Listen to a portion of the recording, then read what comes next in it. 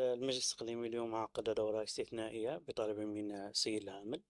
تمت المصادقة على جميع النقاط المدرجة على جدول أعمال هذه الدورة. وتمت المناقشة مناقشة مستفيضة وبناءة ومسؤولة من طرف كل السادة أعضاء المجلس الحاضرين. من ضمن نقاط ديال جدول الأعمال هو المشاركة والمساهمة في اتفاقية شراكة تتعلق بمطار سمارة.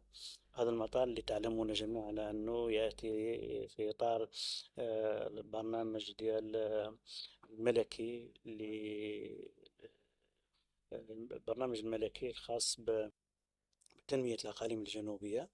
ونعتبره اليوم على أن لحقنا واحد المرحلة تقريبا مرحلة أخيرة في الشروع في هذا المطار.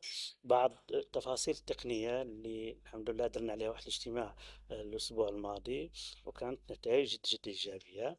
وهي بعض مشاكل تقنية صغيرة جدا، واللي تكلفوا المكاتب المختصة على أنهم إن شاء الله يتفاعلوا معها إيجابا عما قريب.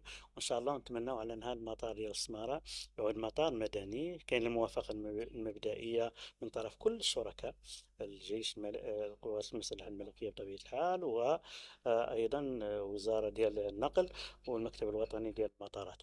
بالتالي كل الشركاء متحمسين على أنه المطار ينفتح في أقرب الأجال، أنه الجميع متحمس يعني باش يعود هذا المطار مطار مدني ويجي الطائرات ولو على أنهم رحلتين في الأسبوع، السمارة الدار البيضاء والدار البيضاء السمارة. يعني هذا مشروع واعد بالنسبة للسمارة، الجميع اللي يستفاد منه بحول الله.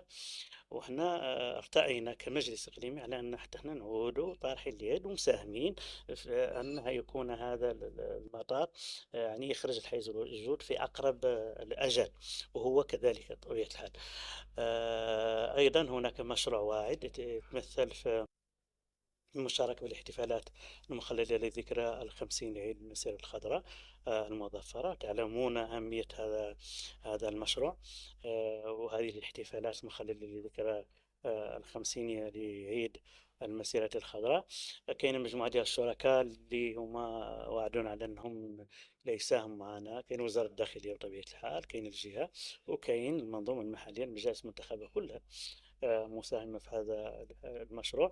بالإضافة إلى كاين شركاء محليين من مقاولات، من فاعلين محليين اللي بادروا حتى هم باش يساهموا مساهمات خاصة من عندهم. وبالتالي هذا مشروع مجتمعي للترافع أولا على القضية الوطنية. وبالتالي إن شاء الله ولي تكون الساحة هي ساحة ديال في الأصل كانت ساحة ديال مخيم القويس اللي تعود إلى الاحتفالات، ولكن هي اللي تسمى إن شاء الله بساحة المسيرة الخضراء المظفرة. شكرا.